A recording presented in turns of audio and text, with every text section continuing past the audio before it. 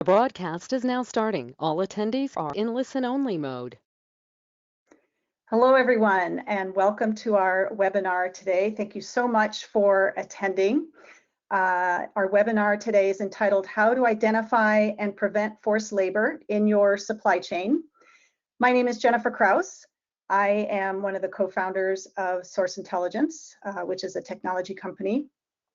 Based in Southern California, we specialize in supply chain transparency and compliance.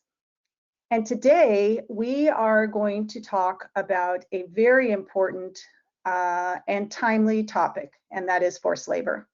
We've got a terrific group of panelists that will be sharing unique insight based on their own valuable experience and knowledge and on this issue, and I feel it will be very relevant to you all today. I know we have several representatives from various different business sectors, quite a few from the retail sector, so welcome everyone. And hopefully this will help you as you grapple with the issue of forced labor in your supply chain. So just before we get started, I've got a handful of housekeeping items I'd like to run through with you.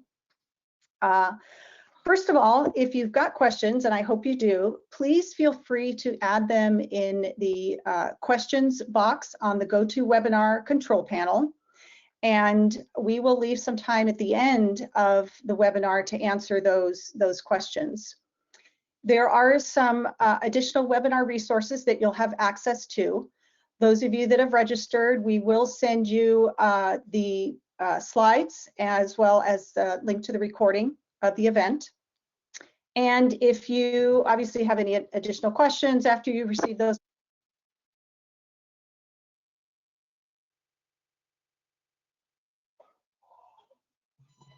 hello? Great. So moving on to our agenda for the day. It's pretty straightforward. I'm going to start out by introducing our members of our panel, and we're really going to cover three basic topics with regard to forced labor today. First, we're going to talk about what it is and where is it. We're going to also address the legal implications of forced labor in supply chains for businesses, and then sort of end up with what you can do to identify and then mitigate and prevent it. So what kinds of tools are available to you out there? And as I mentioned earlier, hopefully we will leave some time at the end for questions. So what I'd like to do now is introduce our panelists. We have three terrific, talented panelists today. Luisa Greva, she's the Director of Global Advocacy for the Uyghur Human Rights Project. Ruth Poyman is joining us from Vienna. She's the founder of Ruth Freedom Poyman Advisory Services. And Nancy Fisher, she's an international trade partner with Pillsbury, Winthrop, Shaw and Pittman. So Luisa, if I could give you a few minutes just to introduce yourself and tell us a little bit about you before we get started. Yes, good morning, everyone.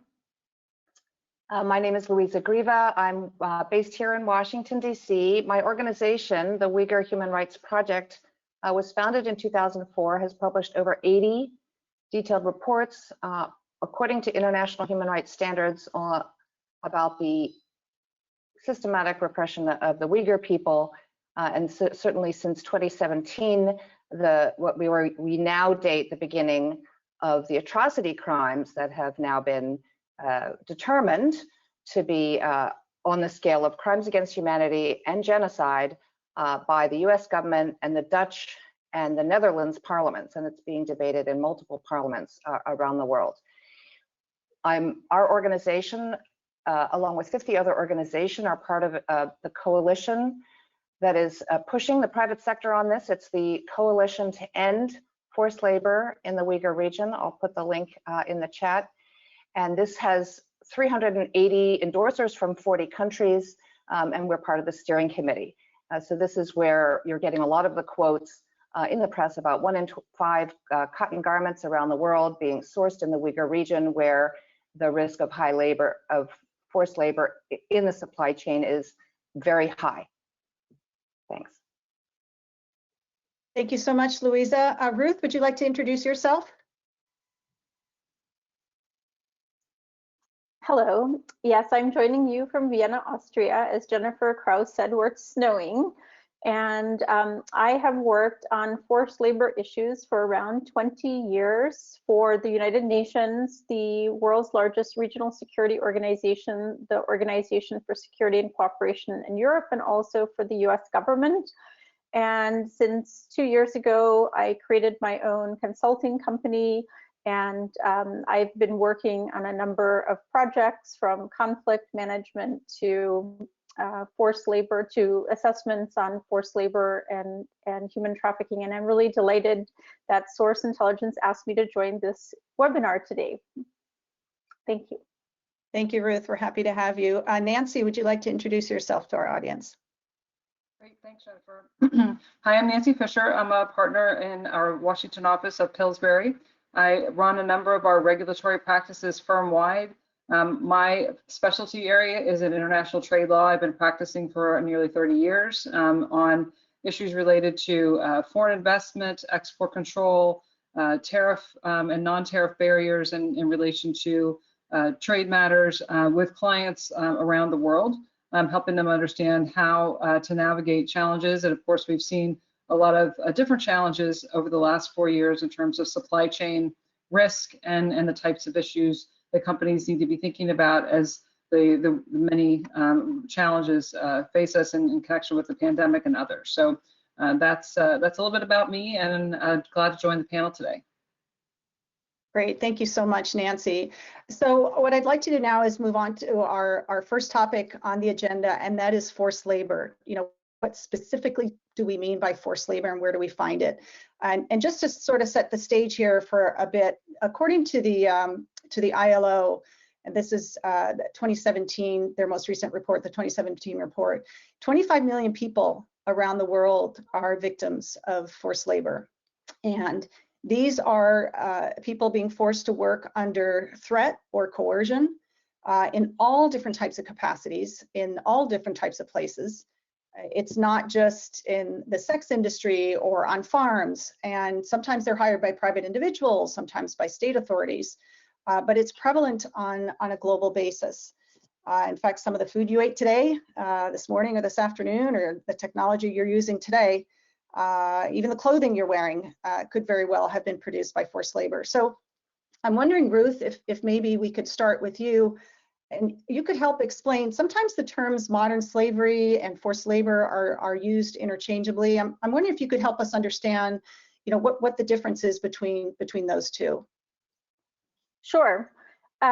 So first of all, there are definitions of forced labor and slavery and human trafficking that are defined in international law. Modern slavery does not have a definition in international law. However, it is defined in some national laws, such as in the UK and Australia.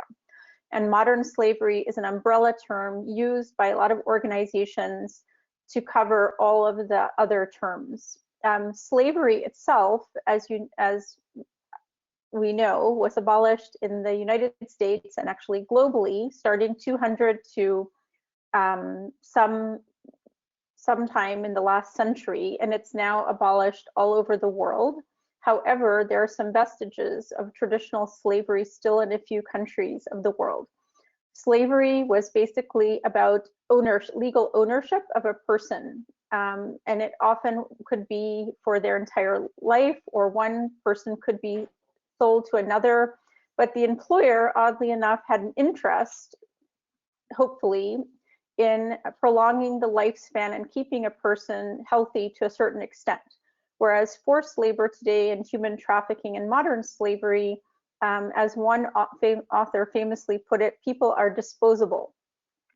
And indicators of forced labor today are not legal ownership, but abuse of vulnerability. Often these are people coming from poor circumstances or poor countries, moving to other countries, or from rural areas to cities, people who are deceived, people whose documents have been taken away, people whose movement is restricted, people who cannot leave their job, people who are working in abusive, unsafe, and dangerous work conditions, and people, for example, who are in debt bondage. So it's a combination also of things like coercion, intimidation, threats, physical violence, or the threat of violence. So it's quite different than in the past, when it was when you were a commodity full-time legally. Thank you. That helps clarify that. So I'm wondering if Ruth, and maybe even you, Louisa, from the Uyghur experience, can help us understand a little bit about forced labor in supply chains, where we find it, and what does that mean when we talk about forced labor in supply chains? Since I'm ready to go on it, Louisa can add to it. Yeah. So today, supply chains are global. There are, of course, very short supply chains within countries, within cities in a company, but a lot of major companies in the world have supply chains which are complex and long and deep. And today, forced labor can occur in any supply chain, even in a company that has no supply chain. Say a cleaning company in Denmark, there was forced labor identified in a workplace. Still, forced labor is generally concentrated in high-risk countries and economic sectors of global supply chains and operations of businesses. So higher risk countries are often countries that are poorer, and if it involves migration, the destination would be in wealthier countries. And economic sectors, it can be any. But it's very important to say that forced labor can happen in any country, in any workplace, in any supply chain in principle.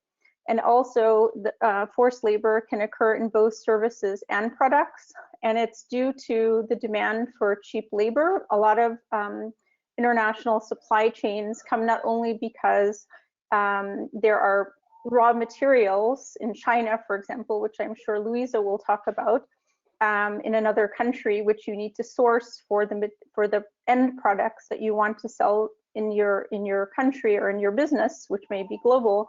But also, it can be because labor is cheaper and it's less expensive to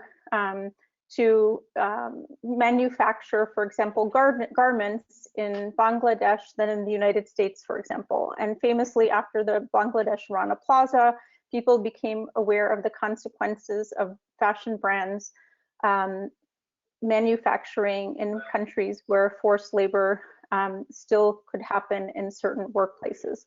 So it's a lack of decent work and fair recruitment. It can be because of the illegal unfair advantage and of lower costs of production. And generally, it's due to a lack of a level playing field and distorted markets in a non-competitive economic process. Thank you, Ruth. Louisa, how about from your perspective?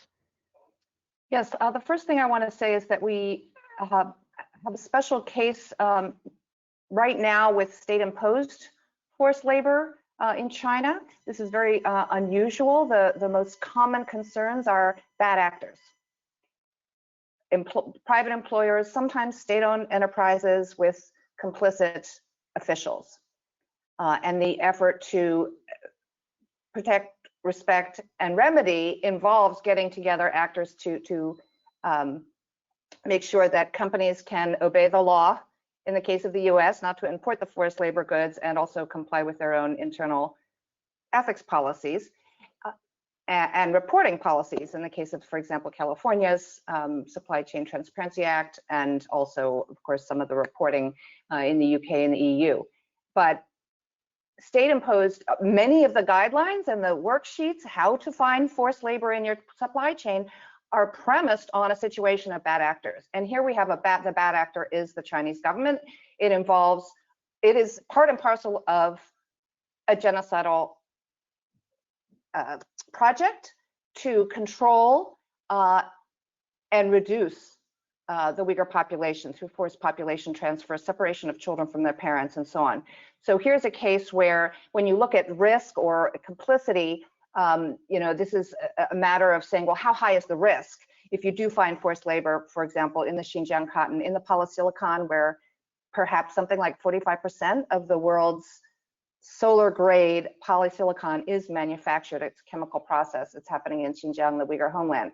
So this is where, you know, looking at the risk concerns, and this is where a case where the burden of proof is switched in the case of forced labor in China, where instead of saying we're going to have to do due diligence and make sure these are legitimate workplaces and then root out any forced labor, it's a case where in the case of Xinjiang, you have to assume it's forced labor unless you can somehow find out otherwise. And actually that is impossible in a case of 24/7 surveillance of all workers. That's fascinating. I'm wondering, we've talked a little bit about China. Are there some other hotspots? I mean, we've got companies on the line today that have pretty diverse supply chains, global supply chains. Are there other countries or hotspots that they should be concerned about with regard to forced labor? And I know it's complicated too because of migratory trends, but what are your thoughts with regard to that? Well, I'll tackle that one. There's no 100% report on what the situation is globally. The U.S. government issues 2 reports. One is the Trafficking in Persons annual report, and the Department of Labor also issues a report on goods that may have been made with forced or child labor, or 2 reports, I believe. And they also have some apps such as Comply Supply and the responsible sourcing tool and so forth that are made by the US government. Then at the United Nations level, Jennifer, you already mentioned the 25 million estimate by the ILO together with the IOM and the Minderu Foundation that came out in 2017. And recently also UNODC just issued a report a month ago, I believe it is, on a global report on human trafficking. And in this global report, they have detected numbers of trafficked persons by region, and Asia is the highest in the world by region, but of course it's also the most populous in the world. And if you go by per capita, then you would have Central Asia and Europe actually. But as I said, it can happen in any country. And in terms of what Louisa said on state-imposed forced labor, that is indeed today very rare. However, there's also, and I'm sure Nancy can talk about this, there's also been state-imposed labor in North Korea that's also been sanctioned by the US government. And unfortunately, this does happen in a few countries. And yeah, as a former diplomat, I'm not going to say more about these countries, but I have visited a few countries where forced labor is higher than others.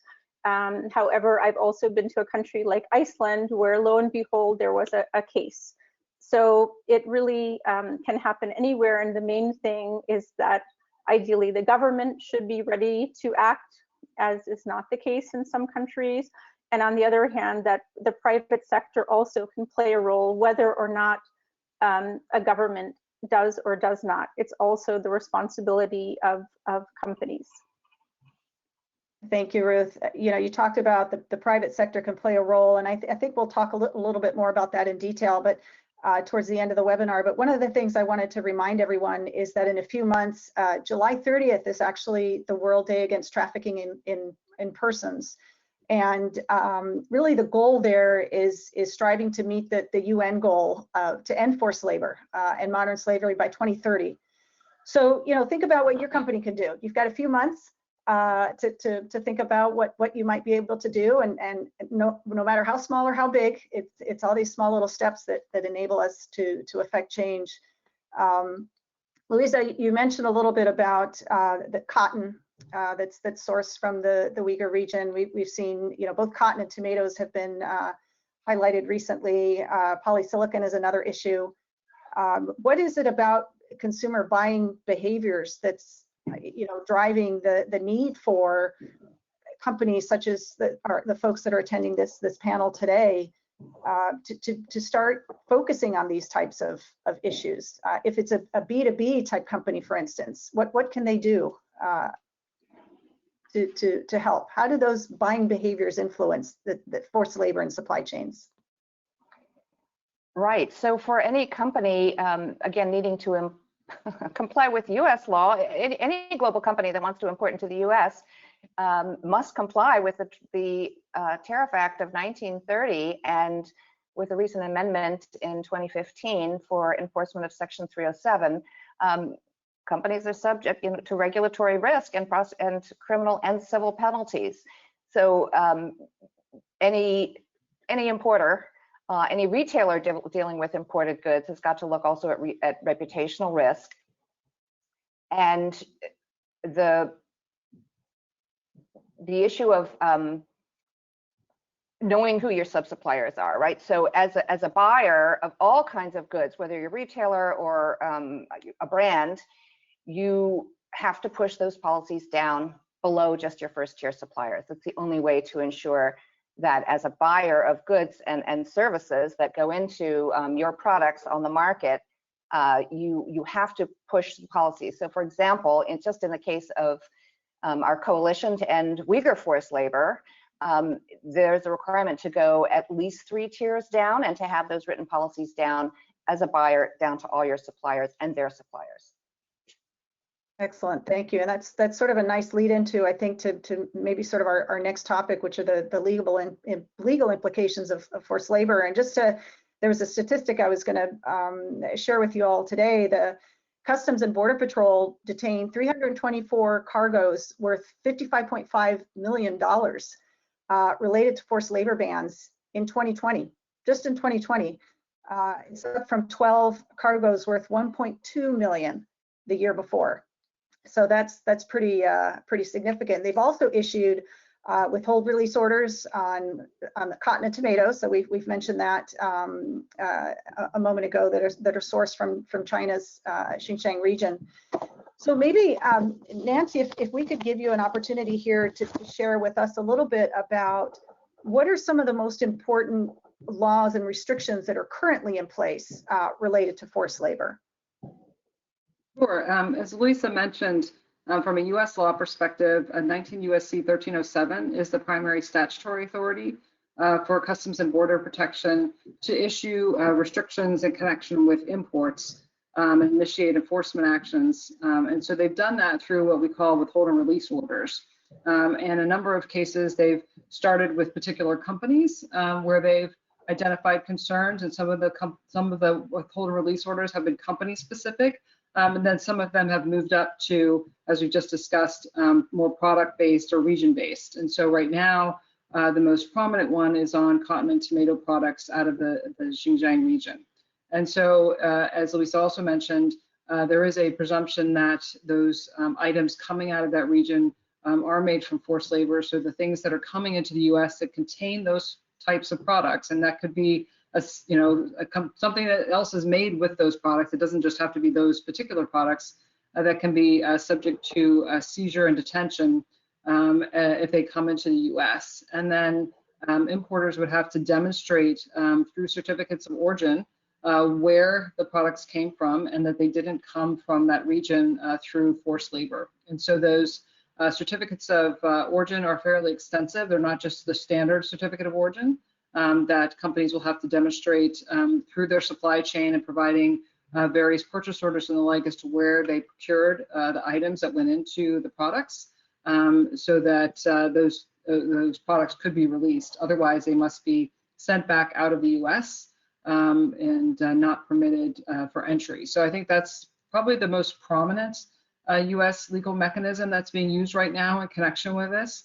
As Elise also mentioned, there are things like disclosure requirements in the California rules that require companies that manufacture or sell into California to have disclosure requirements in connection with their products and that they aren't made with forced labor. So that's another tool that's used at the state level. And so I think we're seeing that, again, is kind of probably the most prominent, and also with civil and criminal penalties. And so I think that certainly the criminal penalties are ones that would really be related to false statements, for example, on customs documents in connection with imports. If you really are importing from that region, but you say you're not, that can be a false statement if it's put on that customs document, which can lead to criminal penalties.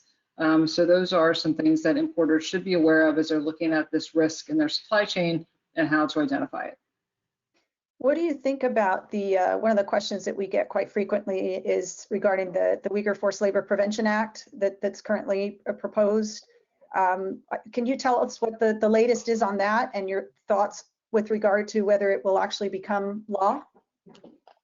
So it was reintroduced in Congress back in March, and it is something, or February actually, and it is something that is currently under discussion, and this, I think, as we're seeing the Biden administration getting, progressing on their agenda, I think it will, come back and focus. Obviously, right now we've had the COVID relief. Now we have the infrastructure bills, which I think are taking up a lot of time in connection with legislative and administrative time. But that's not to say that it isn't getting airtime in terms of hearings and focus. So I think it's something that remains to be seen when I think the various people that are going to be in the administration that have a role in this process are in place. I think we'll also see, some additional focus around that piece of legislation. Okay, Yes, I appreciate that. The Senate version of the bill is being marked up this coming week, and it has a lot of support. It already has 39 co-sponsors, so it may well get to 50%, 60% by the time of the markup. The House passed this bill 413 to 6. So whatever companies may say about whether it's burdensome or not, that this has a lot of momentum, and as these statistics about enforcement, the jump between 2019 and 2020 was just incredible.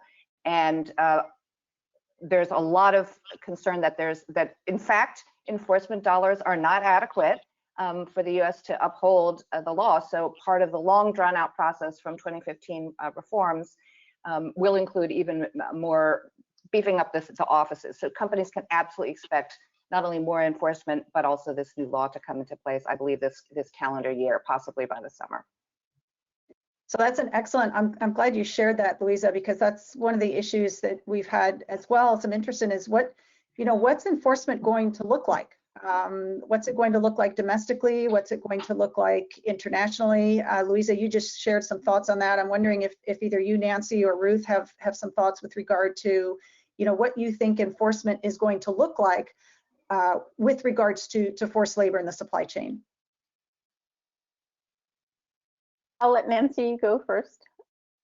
Well, I think, as I mentioned, the tools certainly at the border are being exercised in terms of the withhold and release orders, and I think that is, certainly one of the most prominent tools. We don't necessarily always see it on the front page of the paper, but there are, imports that are coming in or either detained or rejected in connection with entry into the U.S. And so I think that is certainly, I think the most prominent enforcement vehicle. And there are others in relation to the reputational risk and things of that nature that certainly are a factor as well.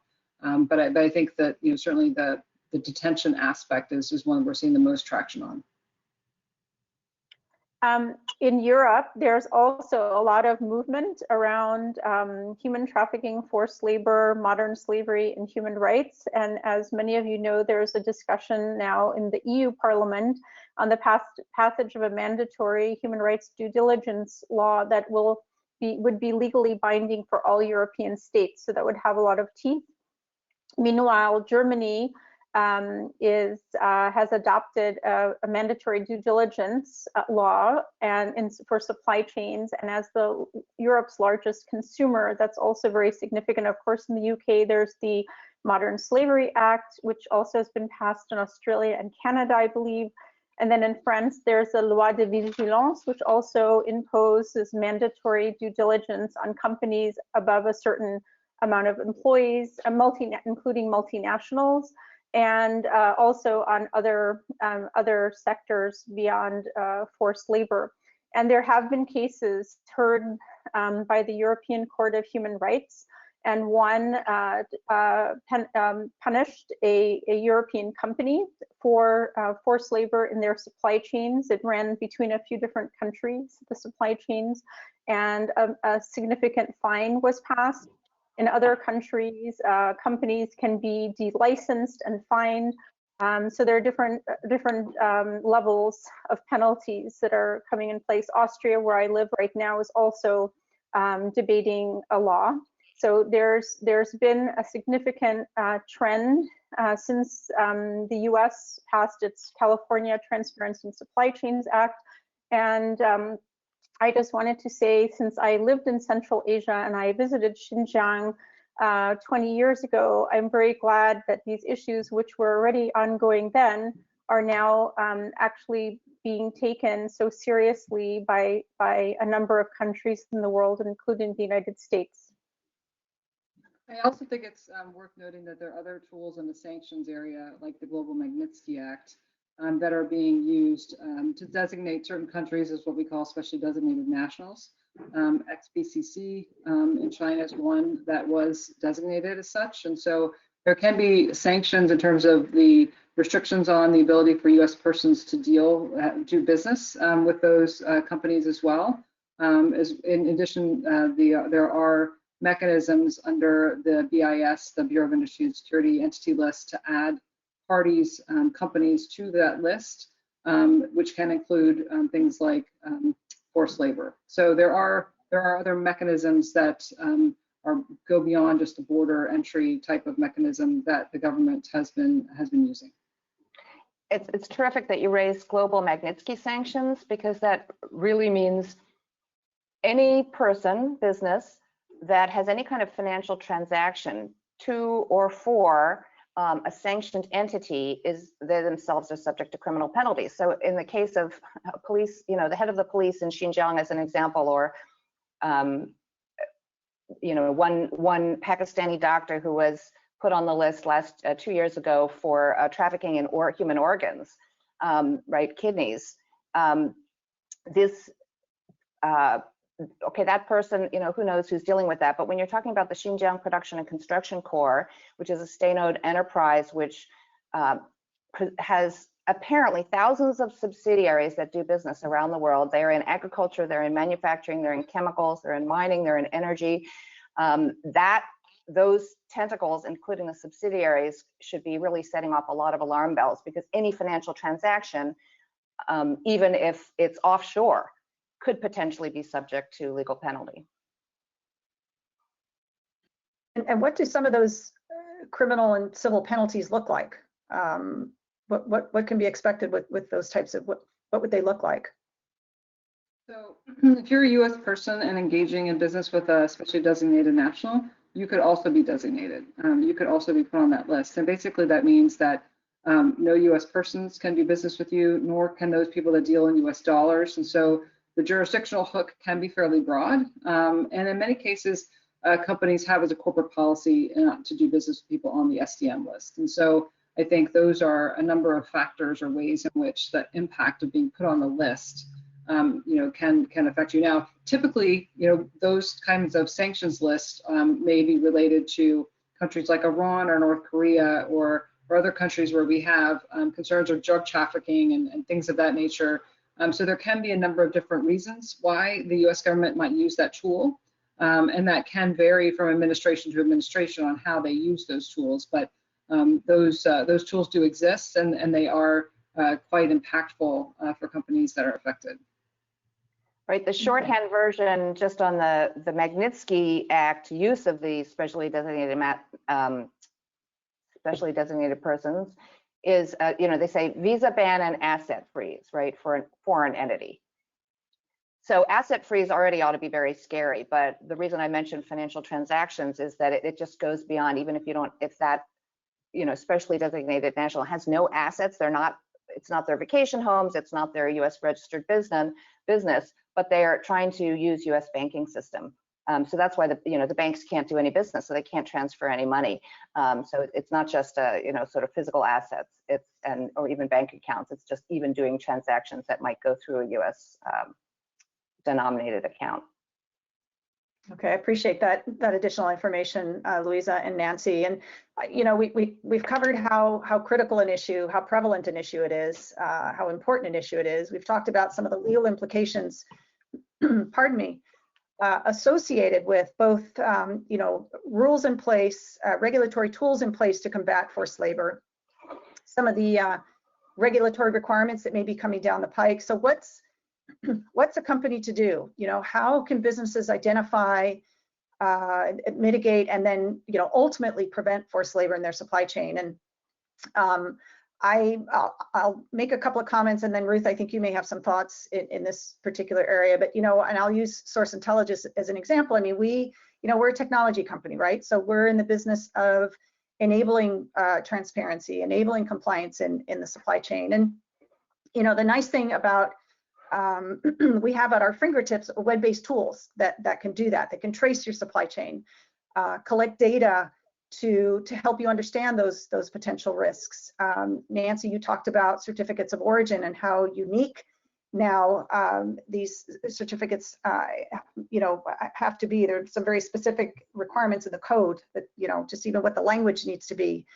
So you know, being able to you know, collect the proper type of documentation that you need to demonstrate not only due diligence, but that you're doing something to mitigate the issue. One of the first recommendations I was going to offer is to first get off the spreadsheet. I know, and I'm one of them, you know, we're so used to using those Excel spreadsheets to track information and track data, but it's incredibly advantageous to leverage a web-based tool to centralize your data and automate, you know, take advantage of automation. The other thing I was going to offer up, and this is, you know, being in the supply chain transparency field now for a little over a decade, is I'm going to most humbly recommend you get your supply chain data in order. It never ceases to amaze me the quality, both good and bad, of supply chain data that we receive from clients, prospective clients. So that's another very good place to start. And I understand why. You know, it's very disparate. There are merchants and buyers in different units and divisions, but that would be one other recommendation. And a service provider can help fill those gaps for you. It just, you know, it takes time and money. And then third, I would offer up that, you know, make it clear to your suppliers, to your vendors, to your business partners, what you expect of them. If you have a code of conduct for your own company, share that with your suppliers. You know, and I know there's limits to policies, there's limits to these codes of conduct, codes of ethics, but they're a great place to start. You know, they set a nice solid foundation upon which you can build additional initiatives and programs. So just a couple of thoughts on my end I wanted to share. But what other kinds of tools are available or that you know, you ladies are seeing out there that can help identify forced labor in the supply chain? Thank you, Jennifer. You mentioned all of the most evident ones that I think companies are already putting in place. And you know, you mentioned technology and the use of apps to reach affected populations who may be working in the informal economy or somehow hidden where a lot of the forced labor is occurring, who are hard to reach. That's very important. In a case like with the Uyghurs in China, Louisa can talk about how you can unearth these situations when it's such a serious human rights environment in that part of China. In general, I think a lot of companies, and you all can talk more about the policies, the codes of conduct, the risk assessments, the apps, the various approaches that companies can use and different legislation. But I want to just mention a couple things which I personally think are very important from my experience over the years. And that is to, you know, whether it's through the use of apps, whether it's through grievance mechanisms, whether it's putting, you know, taking your entire, you know, as much of your supply chain into your policy it's really important to find ways to reach the real people who may be affected. Because the goal is, of course, to create decent work environments and to prevent forced labor. But if it's happening, I think it's really important that companies admit that this can happen in their workplace or supply chain. And even if you do your best, it can happen, and it shouldn't be a stigma if you're trying to do the right thing. So it's really important, I think, to have worker grievances, because audits alone may not find the problem if you don't engage affected populations and workers themselves and have avenues for them to come forward without penalty. It's also very important, I think, to work, I mentioned in passing, level playing field. I think it's really important that companies become a part of larger associations, also multi-stakeholder groups and platforms, and work in collective action together with worker associations, survivor groups, to learn what are the best approaches, because they know best than even us who may be experts in a lot of different areas. And one last thing I want to mention is that I think, or I suppose there are two aspects. Is one, I think it's really important for companies not to disengage from difficult environments, because companies can, large companies can go to governments and put pressure on them and say, if enough companies say we're not going to do business with you, this also, this has a lot of clout when multinationals say, the condition we have to working with your country is that our workplaces have to uphold human rights due diligence. That's very, very powerful. And if all the companies of the world would come together and do the same thing by sector or generally, it would create a level playing field, so that one company who's doing the right thing is not undercut by somebody who's cutting corners or being a bad actor, as Louisa said. And last of all, there are cases where companies have actually acted basically as human rights defenders, where the government isn't defending human rights, or certain people in certain areas are not defending human rights. So companies can also play a powerful role, and that shouldn't be underestimated. Thank you, Ruth. I appreciate that. Louisa, did you have any thoughts in that particular arena? I do. Too many, but I'll try to be brief. I figured you did. What's very unusual for this coalition to end forced labor in the Uyghur region is that the worker rights participants, Worker Rights Consortium, AFL-CIO, Anti-Slavery International, are taking a position that they normally do not take. They usually follow what Ruth is recommending, which is stay engaged so that you can remedy, and that the suppliers that the international companies are working with will then change their practices. And the point here is that there is no way to reach the affected workers in the case of the Uyghurs, because the Chinese government has decided to dehumanize and genocide them. And even Chinese people are getting in trouble. Just came out in the LA Times this week, reminding people of an old story. A couple of years ago, a Chinese software engineer, was visiting a friend or had worked in Xinjiang, was visiting a friend again. So he returned after a couple of years and said, wow, there is so much security here. The facial recognition cameras, the police on every corner, the constant ID checks with the biometric IDs that are linked, with RFID alarms. This is surprising. So he posted that on Chinese social media. He got 4 years in prison later for having commented on that it was oppressive for Chinese people.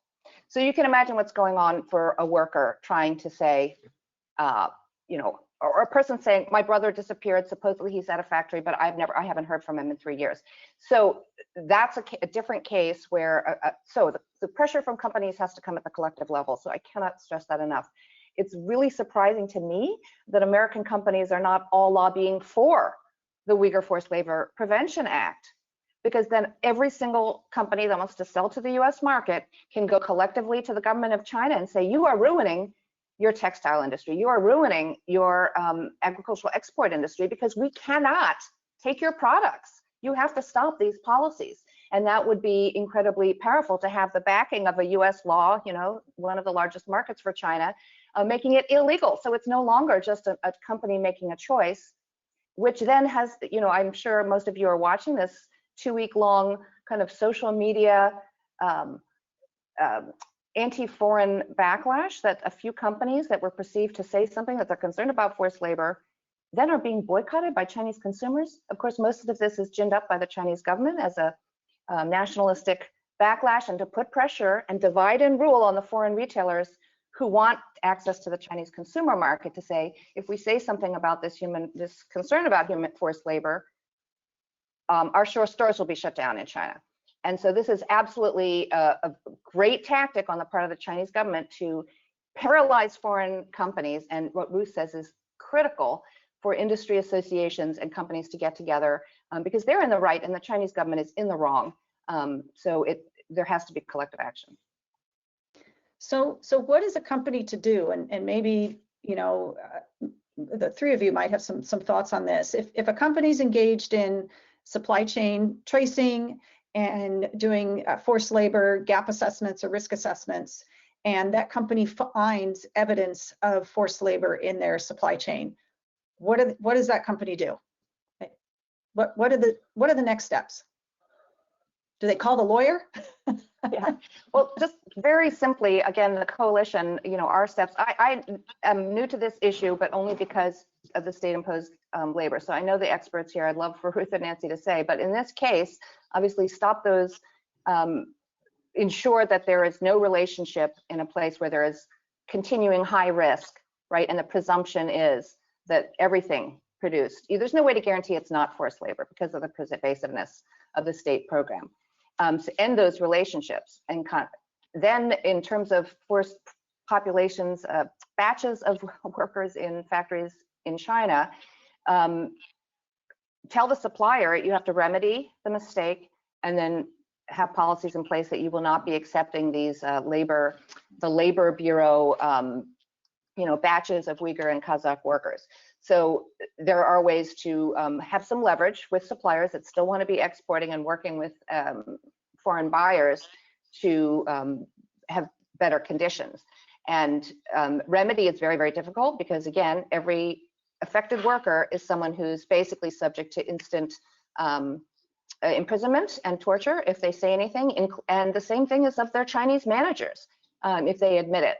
So it's truly not an easy task, and we certainly invite anyone who wants to pursue this further. Please do get in touch with the coalition. There's an email address on the website because in this case, we're working deeply with a number of large companies, and a few of them have made a really good plan and are praised by our coalition. That's Marks and Spencer, that's ASOS, that's a few other UK brands have already done so and said so publicly. Excellent. We'll make sure that everyone knows how to get in touch with the organization. Terrific. Ruth or Nancy, any thoughts on next steps? Yeah, Nancy? Yeah, I just wanted to add that, I think it's important, as you kind of alluded to at the beginning, to really start examining your supply chain and understanding where the real risk is and looking at whether it's your bill of materials or who you're dealing with on the products that you're making and dissecting that. And that can be helpful for a number of reasons. We've seen, obviously, with the pandemic, all sorts of issues on supply chain shortages and challenges. So this is really a really opportune time to really understand what your supply chain looks like, where you're getting things, who you're getting them from, so that when you're trying to make these assessments, you're in a better position to have the information to do that with an informed set of data. And I agree with Ruth with Jennifer having that information in an automated fashion will certainly allow you the flexibility to deal with it across these different issues as they continue to arise. And so I think finding those tools and using those tools effectively for your particular supply chain is quite important. And of course, when you find that there are products, from these, especially those that are specifically called out in terms of cotton and tomatoes coming from the Xinjiang region, those are ones you kind of have to trace to your supply chain, because as I mentioned earlier, you're going to have to demonstrate that in connection with the certificate of origin that you aren't getting it from those places if you're going to bring those products with cotton or tomatoes into the U.S. So I think it's better to get in front of it and have an action plan that's process driven, so that when you do get detailed questions from Customs and Border Protection, which you will, you're prepared to respond and have that data and then take action accordingly. So take a proactive approach. Yeah, Ruth? I wanted to say that, you know, China is famous for taking a long-term view on things in general, on policy and strategy, and I think it would be very important in the world that more governments take a long-term approach, and also businesses. So you don't just think about the short-term profit of your company if you can afford it, but also take a long-term view on sustainability, because there is evidence now that if you do the right thing, if you undertake human rights due diligence, if you prevent forced labor, human trafficking, modern slavery, and other abuses and exploitation of human beings, as well as to protect the environment and so forth, that your business will do better over time. And so I think that's also really important to think about. And in terms of remedy, yeah, Louisa is absolutely right. I think in countries where, I mean, people's lives are in danger for speaking out about things, it's very, very hard to reach workers and undertake remedy. You know, companies in an ideal situation should, you know, investigate a complaint and do so together with workers and affected persons, and ideally also with organizations, I assume like the one Louisa works for, that represent workers, because sometimes they're also in danger and they need representation, collective representation as well, especially if it's a collective serious issue among many workers.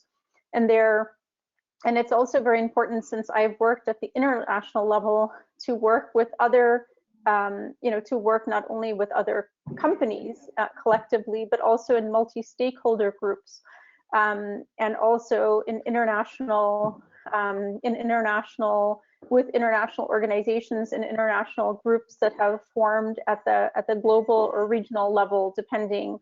And yeah, I think that there is traction now on a lot of serious issues, and the only way, the best way forward is collectively, and to do this together, because it sends a much stronger and more serious message, which will have a bigger impact and be taken more seriously in the long run. And also, I do believe that not only, you know, governments are passing laws, and consumers are taking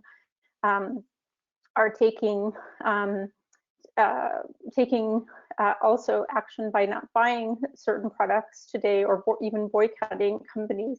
But also, investors are not investing in companies if they believe that they are not doing the right thing, or turning a blind eye to serious human rights issues.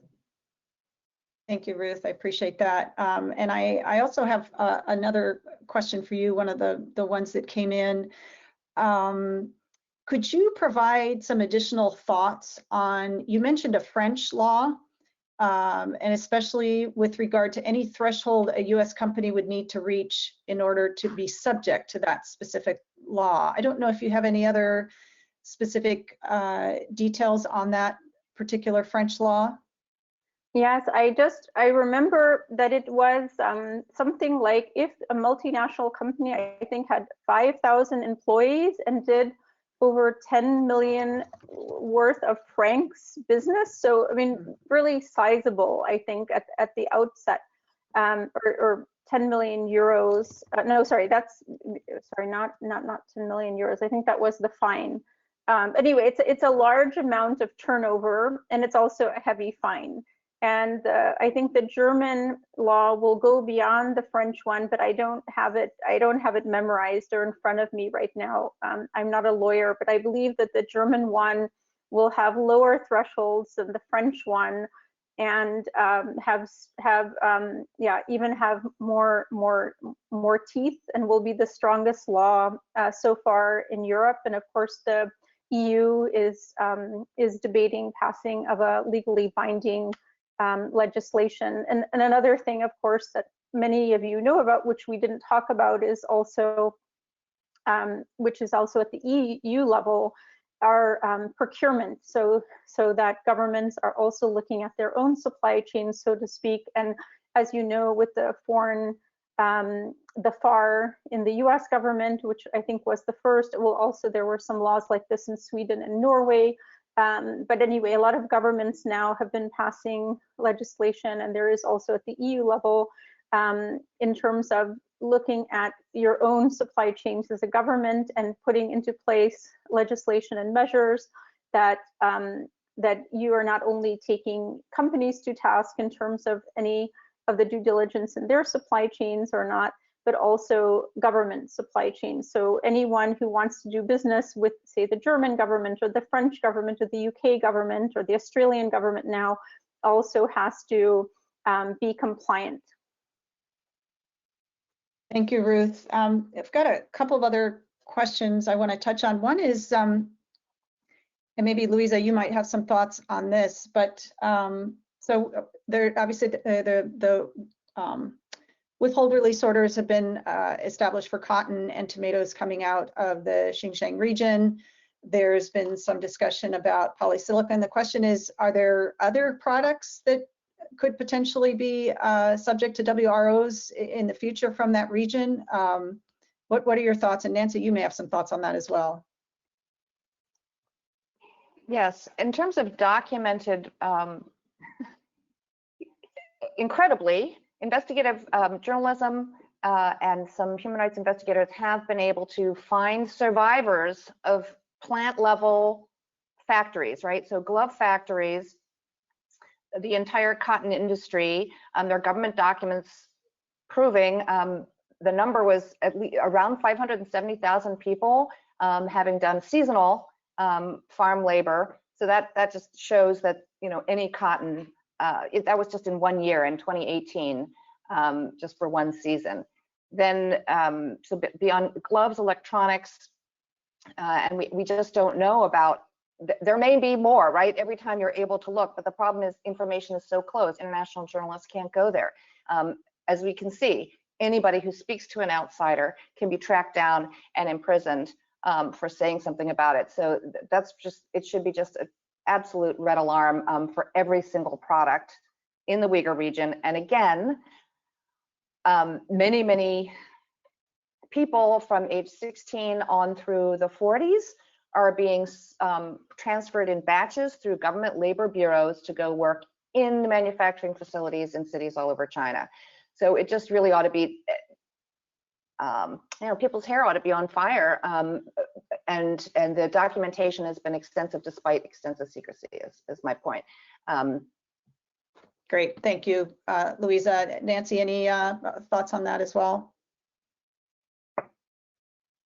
I don't have any thoughts on specific industries, but I think certainly the region writ large is something from a due diligence perspective that companies should, you know, take under advisement as they're looking at their supply chain risks, just like they would regions from an FCPA perspective. They will try to identify those higher risk areas and then drill down in connection with that. So I think that's at least, as Louisa mentioned, a red flag, so that companies can allocate their resources to identifying potential risk areas that need further review. Okay, I appreciate I forgot that. the most shocking one, which is the most shocking one is the hair products, right? And that did make the front pages, right? Most of these withhold release order cases don't make the headlines, but last summer, the hair products, and you know, this is because it evokes the Holocaust, it evokes, it tallies with survivor testimony that when they were taken into camps, their hair was shaved, all the women's hair was shaved, and that there are, like the Lop County hair products export business is located in an industrial park that has absolutely known facilities where detainees are sent for forced labor. So it goes to beauty products too. Yeah, it doesn't discriminate, does it? We're coming up towards the top of the hour here. I can't thank you ladies enough, Louisa, Ruth, and Nancy, for your time today. I know there's some additional questions we just didn't get time to hit. I'd like to give each of you, if you like, 30 seconds or less, some final thoughts before I share a couple last resources and bid everyone goodbye today. Any final thoughts? Or you've shared everything. It has been great. Again, I do appreciate everyone's and all of you that have signed on today. This is such an important topic, and I'd like to encourage you all to visit our Learning Center for more information about this topic or other supply chain compliance and transparency resources. You can find webinars, our blog. Please feel free to subscribe to our blog. So I encourage you to visit the Learning Center, and Pillsbury also has a global breaking news and insights. You can find more information on their website. For those of you that are attending today, Source Intelligence is also offering a free resource actually for a limited amount of time, and it's media monitoring. So if you've got a list of vendors or business partners, supply chain business entities, you can sign up for our media monitoring for a free 90 days. You can find information on this slide. So again, thank you everyone for attending. I hope you've found this of value and of interest. There were some additional questions that came in afterwards. We will try and respond to those after the webinar and get those to you as well. So thank you very much, and signing off. Take care. I just wanted to say thank you to Source Intelligence and look forward to shining a brighter light on this together. Thank you for inviting us. Thank you, Ruth. Thank you, Louisa, and thank you, Nancy. Take care. Bye-bye.